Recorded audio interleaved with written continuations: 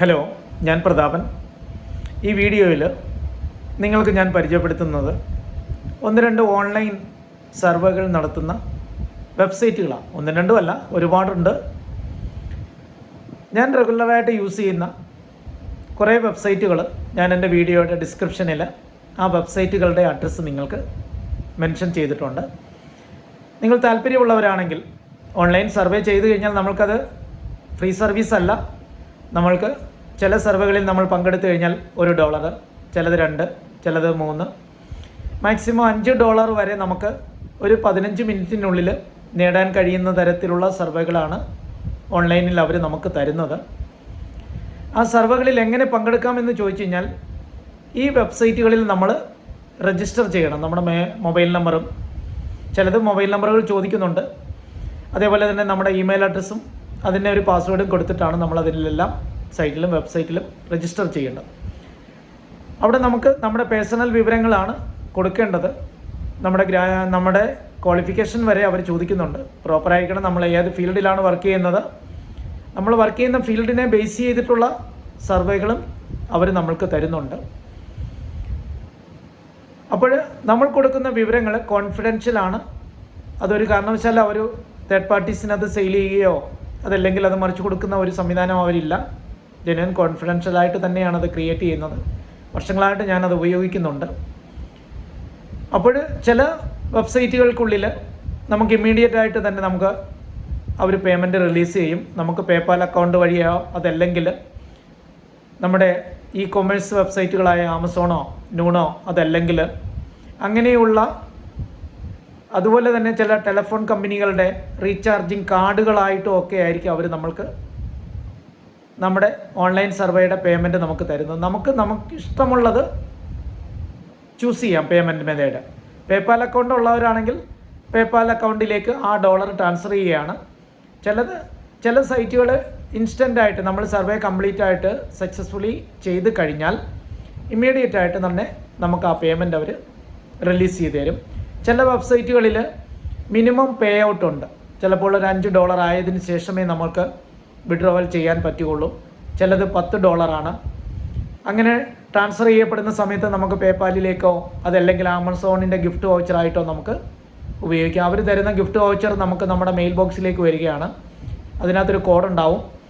ആമസോണിൻ്റെ payment സെക്ഷനിൽ പോയി കഴിഞ്ഞാൽ നമുക്ക് ഈ പറയുന്ന ഗിഫ്റ്റ് വൗച്ചർ അവിടെ റെഡീം ചെയ്ത് നമുക്ക് ആ പേയ്മെൻറ്റ് അവിടെ റിസീവ് ചെയ്യാവുന്നതാണ്.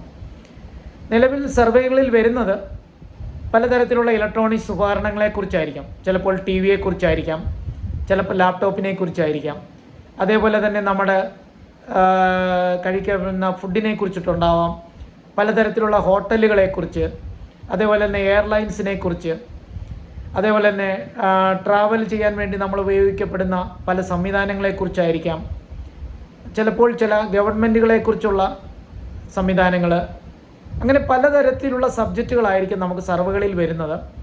നമുക്ക് നിശ്ചിതമായ യോഗ്യത ഉണ്ടെങ്കിൽ മാത്രമേ നമുക്ക് ആ സർവേകളിൽ മുന്നോട്ട് പോകാൻ കഴിയുള്ളൂ. അപ്പോൾ നമ്മൾ സർവേകളിൽ പങ്കെടുക്കുന്നതിന് വേണ്ടി ഈ സൈറ്റിൽ രജിസ്റ്റർ ചെയ്യുമ്പോൾ നമ്മുടെ പൂർണ്ണമായ വിവരങ്ങൾ നമ്മൾ കൊടുക്കണം. നമ്മുടെ ക്വാളിഫിക്കേഷൻ കൊടുക്കണം, നമ്മുടെ ഡേറ്റ് ഓഫ് ബർത്ത് കൊടുക്കണം. അതേപോലെ തന്നെ നമുക്കൊരു നിശ്ചിത ഇമെയിൽ അഡ്രസ്സ് ഉണ്ടാവണം. അതിനൊരു പാസ്വേഡ് ഈ പറയുന്ന സൈറ്റുകളിന് വേണ്ടിയിട്ട് നമ്മൾ ഉപയോഗിക്കണം. ചിലത് നമ്മുടെ മൊബൈലിൽ OTP വന്നതിന് ശേഷമേ കണ്ടിന്യൂ. ചില സൈറ്റുകളൊക്കെ എന്ന് വെച്ചാൽ കുറച്ചുകൂടെ സ്ട്രോങ് ആയിട്ടുള്ളതാണ്.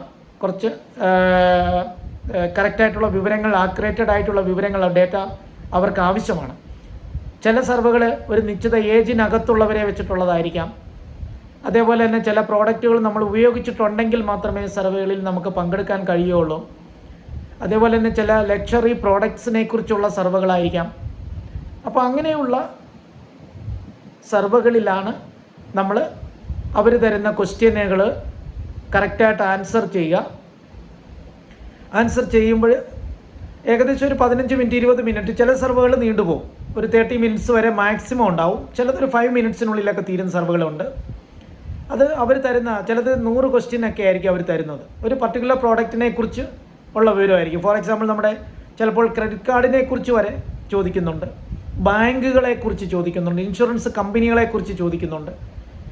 അങ്ങനെയുള്ള സെർവറുകളായിരിക്കും നിലവിൽ നമ്മൾക്ക് വരുന്നത്. അപ്പോൾ ആ വെബ്സൈറ്റുകളെക്കുറിച്ച് ഞാൻ നിങ്ങൾക്ക് എൻ്റെ വീഡിയോയുടെ ഡിസ്ക്രിപ്ഷനിൽ മെൻഷൻ ചെയ്തേക്കാം. നിങ്ങൾ ആ ഓരോ വെബ്സൈറ്റിൻ്റെയും വെബ്സൈറ്റ് അഡ്രസ്സിൽ ക്ലിക്ക് ചെയ്ത് രജിസ്റ്റർ ചെയ്യുക. രജിസ്റ്റർ ചെയ്ത് കഴിഞ്ഞാൽ നമ്മൾക്ക് ഓരോ ദിവസവും പലപ്പോഴും മിക്ക സർവേ നടത്തുന്ന വെബ്സൈറ്റുകളും ഡെയിലി സർവേകൾ നമുക്ക് തരുന്നു. 1, 2, 3, 4 ഒക്കെ തരും. അത് ഡിപ്പെൻഡിങ് അവർക്ക് കിട്ടുന്ന വർക്കുകളെ ഡിപ്പെൻഡ് ചെയ്തിട്ടാണ്. അതേപോലെ തന്നെ നമ്മൾ കൊടുക്കുന്ന വിവരങ്ങൾ ആക്യുറേറ്റഡ് ആണെന്നും നമ്മളൊരു ജെനുവിൻ വർക്കറാണെന്ന് തോന്നിയാൽ മാത്രമേ നമ്മൾക്ക് കൂടുതൽ സർവേ ലഭ്യമാകുകയുള്ളൂ. അപ്പോൾ അത് രജിസ്റ്റർ ചെയ്യുന്ന സമയത്ത് അവരവിടെ പേപ്പാൽ അക്കൗണ്ടൊക്കെ ചോദിക്കുന്നുണ്ട്, നമ്മുടെ പേയ്മെൻറ്റ് മെത്തേഡൊക്കെ ഉണ്ട്. ചില സൈറ്റുകളിൽ രജിസ്റ്റർ ചെയ്യുമ്പോൾ തന്നെ നമ്മുടെ പേപ്പാൽ അക്കൗണ്ട് ചോദിച്ചിട്ടാണ് മുന്നോട്ട് പോകുന്നത്.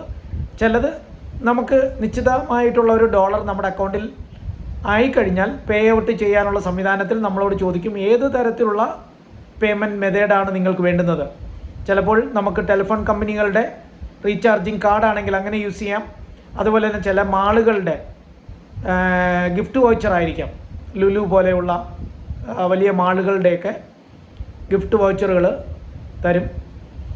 അപ്പോൾ അതേതാണെന്ന് നമ്മൾ ഇഷ്ടമുള്ളത് ചൂസ് ചെയ്ത് കൊടുത്താൽ മാത്രം മതിയാവും. നമ്മൾ കൊടുക്കുന്ന ക്വസ്റ്റ്യനെയറുകളിൽ ക്വസ്റ്റ്യൻ്റെ ആൻസർ കറക്റ്റ് ആയിരിക്കണം, ജെനുവിൻ ആയിരിക്കണം, സത്യസന്ധമായിരിക്കണം എന്ന് അവർ കറക്റ്റായിട്ട് പറയുന്നുണ്ട്. അതിനനുസരിച്ച് മാത്രമേ നിങ്ങൾ ആൻസർ ചെയ്യാവൂ. അപ്പോൾ നിങ്ങൾ എൻ്റെ വീഡിയോ ലൈക്ക് ചെയ്യുക, ഇഷ്ടപ്പെട്ടാൽ. അതേപോലെ തന്നെ നിങ്ങളുടെ സുഹൃത്തുക്കളിലേക്കും ഈ വീഡിയോ ഷെയർ ചെയ്യണം. സബ്സ്ക്രിപ്ഷൻ എനിക്ക് ആവശ്യമാണ്, ഉണ്ടെങ്കിൽ മാത്രമേ തുടർന്ന് മുന്നോട്ടുള്ള വീഡിയോകൾ എനിക്ക് ചെയ്യാൻ പറ്റുകയുള്ളൂ. അപ്പം അടുത്ത വീഡിയോയിൽ നമുക്ക് കാണാം.